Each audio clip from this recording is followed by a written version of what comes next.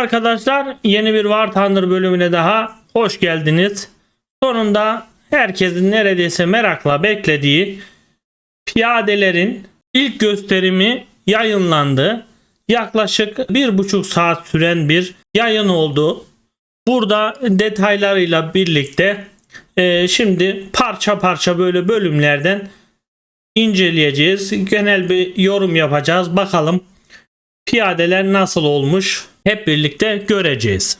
Evet arkadaşlar, gördüğünüz gibi burada etkinlik bölümünde hem basitleştirilmiş hem de gerçekçi olarak geliyor. Yani burada anlayacağımız gibi aynı War Thunder'da, tanklarda nasıl oluyorsa gerçekçi ve basitleştirilmiş savaşlar var. Evet, oyunun içinden ilk görüntüler. Tabi şimdi burada gördüğümüz üzere arkadaşlar, konuşacağımız bayağı bir şey var. Şimdi burada gördüğümüz gibi silahları eklemişler. Bayağı bir farklı silahlar var ve bunlara bir seviye vermişler. Aynı burada tanklarda olduğu gibi. Atıyorum işte burada M16A4'e 10.7 vermişler. M249'a 9.7 falan vermişler. Tabi burada da gene mürettebat var. Kullanan piyadenin büyük ihtimalle burada yetenekleri vesaire söz konusu. Ve ayrıyetten gördüğünüz gibi burada da ekstra tanklar ve zırhlı piyade taşıyıcı araçlarını kullanabildiğimizi görüyoruz. Yani genel olarak ilk girişe baktığımızda normal War Thunder'ın tank savaşlarından ya da uçak savaşlarından herhangi bir farkının olmadığı gözümüze çarpıyor. Yani mekanik aynı, sistem aynı şekilde devam ediyor. Burada gördüğünüz gibi her şeyden 4'er kere büyük ihtimalle ölüp tekrardan doğma hakkımız var. Ama bu silahları araştırmak için normal tanklarda ya da uçaklarda olduğu gibi bir ağaç gelecek mi, şey olacak mı? Onların tabi detaylarını tam bilemiyoruz. Çünkü burada yapılan yayında herhangi bir şekilde bunu göstermiyorlar. Evet, şimdi yavaştan oyun içi oynanışlarına geçelim. Biraz böyle 1-2 dakika bir oynanışını seyredelim. Ondan sonra da yorumumuzu yapıp gerçekçi savaşlara dönelim arkadaşlar.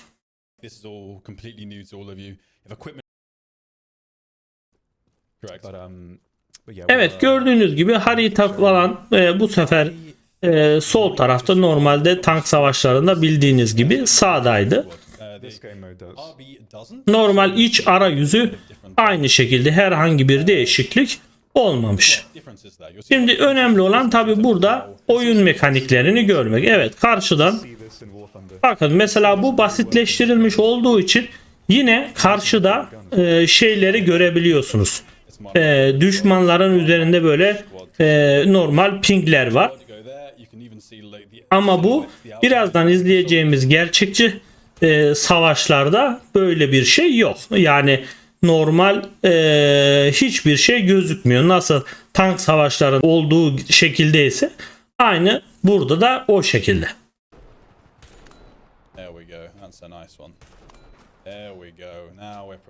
Evet, şimdi arkadaşımız dürbünlü bir silah kullanıyor.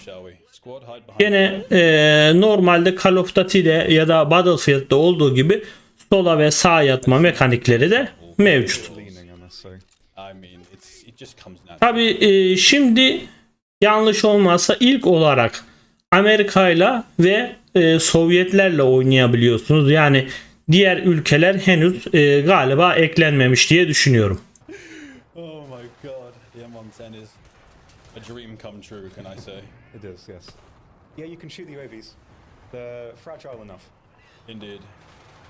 In terms of the time. Oynanışının seriliğine bakarsak biraz bence Call of Duty'yi andırıyor diyebilirim arkadaşlar. Yani çünkü Call of Duty'de aynı serilikte, aynı şeylerde. Belki Call of Duty'nin bu kayma falan mekanikleri vardı. Yani bunda var mı, eklenir mi sonra, ona bir şey diyemeyeceğim ama şöyle genel bir baktığımızda Call of Duty'yi andırıyor diyebilirim. Evet, yine burada gördüğümüz gibi öldükten sonra şu sağda bulunan puan şeyimiz hala duruyor. Tanklarda, uçaklarda, savaşlarda olduğu gibi bu puanlara göre yine aynı şekilde tanklara, mesela tanklar için 550 şu anda istemiş. Eğer arkadaşımızı isterse bu tankları ya da personel taşıyıcıyı, Bradley'i kullanabiliyor. Ama tüfekler için herhangi bir gördüğünüz gibi puan ibaresi burada bulunmuyor. Yani normal bir şekilde istediğiniz gibi seçip oynayabiliyorsunuz. Evet, yine burada gördüğünüz gibi Scout mekaniği bulunuyor. Normalde bu light tanklarda olan aynı şekilde o mekaniği buraya da eklemişler. Bu sefer tabi hani adam kontrol ediyor gibi görünümünde, ama yine aynı şekilde gördüğünüz gibi burada spotlama yapabiliyorsunuz. Which is definitely helpful. Evet, şimdi tankın oynanışına geçiyoruz. Arkadaşımız herhalde Point I was mentioning before, so you got tankla vehicles here. oynayacak birazdan. It's nice. Like it. Let's go. Definitely not changing your ammo loadout. Rookie error. No. Evet, şimdi ilk baktığımızda gördüğünüz gibi sanki simülatör oynuyor gibi bir hava var, ama ortadaki artı işaretinde göreceğiniz gibi basitleştirilmiş savaşlar olduğunu rahatça anlayabiliyoruz. Ama burada komutanın ya da mürettebatın konumlanması simülatörü oyununu andırıyor biraz. There are assets in their peak environment. They're going to be very close range. There's a huge amount of verticality on the map, so you can have people above you shooting RPGs like into the bustle, with your turrets. So you've got to be careful positioning. Evet, yani haritaya da baktığımızda şimdi tabi tank oyununda haritalar biraz daha küçük, biraz daha detay az. Bunda detaylar biraz daha arttırılmış. Çünkü hani insan olup küçülünce, oynadığın obje küçülünce tabi çevre artmış, şey artmış. Biraz daha detaylı bir sistem karşımıza burada çıkıyor. Evet, şimdi arkadaşımız burada gerçekçi savaşlara geçiyor. Şu an Sovyetleri oynuyor. Tabi burada yine gördüğünüz gibi Sovyet silahları, helikopter ve tanklar ve BMP'yi burada otomatik olarak eklemiş. Yani siz büyük ihtimalle bunları eklemiyorsunuz diye düşünüyorum.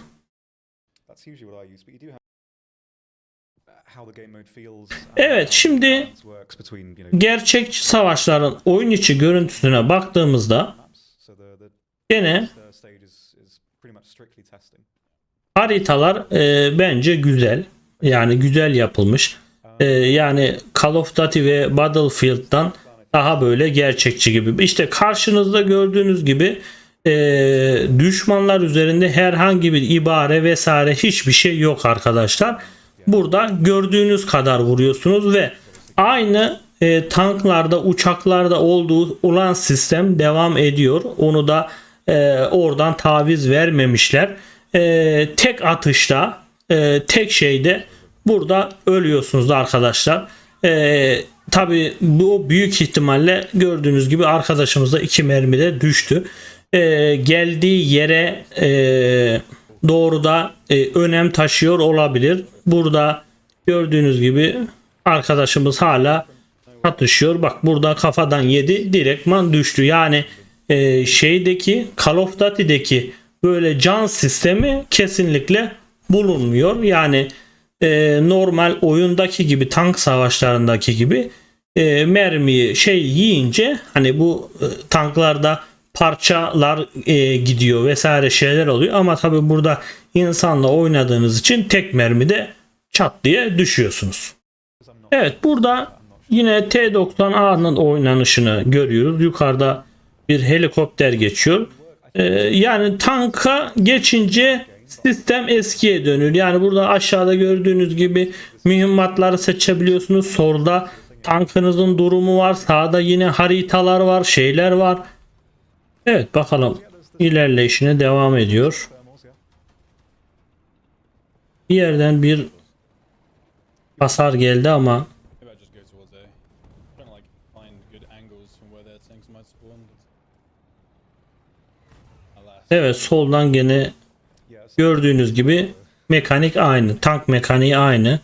Tank mekaniği oyunu oturtmuşlar. Karşıda bir M1A2 geliyor. O da aynı şekilde. luck here. I may indeed be. Yani şu an tank mekaniği aynı şekilde devam ediyor diyebiliriz arkadaşlar. Survive so far. Bütün zırhları, zırh değerleri hepsi gördüğünüz gibi aynı. Yani öyle atayım hemen patlasın mevzusu yok. Gördüğünüz gibi burada da No yet. roketle büyük ihtimalle patlatıyorlar aracı. Evet arkadaşlar, genel olarak bir değerlendirmeyi yaptık. Oyun içinden görüntülerimizi gösterdik. Hani umarım teliflik falan da bir sıkıntı olmaz ki biz de hani bunları daha fazla kitlelere sizlere ulaştırabiliriz. Şöyle kısaca bir üstünden geçecek olursak, yani mekanik tank savaşları mekaniğiyle aynı arkadaşlar.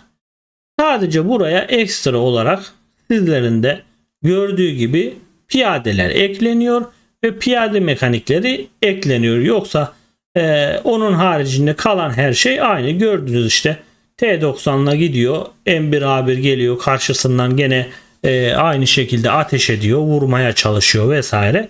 Bunlar hepsi aynı. Tabi daha erken aşamada olduğu için helikopter oyunlarını vesaire şimdi bu yayında tabi göstermiyorlar. Ben de yayını izledim. Gene böyle oyunda, ya oyundan kaynaklı olarak ya da yayından kaynaklı olarak böyle bir lagda söz konusu, hafif hafif böyle donmalar var. Evet, yani kısacası yeni piyadeler bu şekilde arkadaşlar. Eğer ben de bu ön oynanış şeyi için kaydoldum, bana da çıkarsa mail geleceklerini söylediler.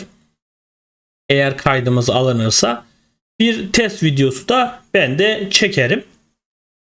Evet, izlediğiniz için teşekkür ederim. Piyadeler kısaca bu şekildeydi. Kendinize iyi bakın.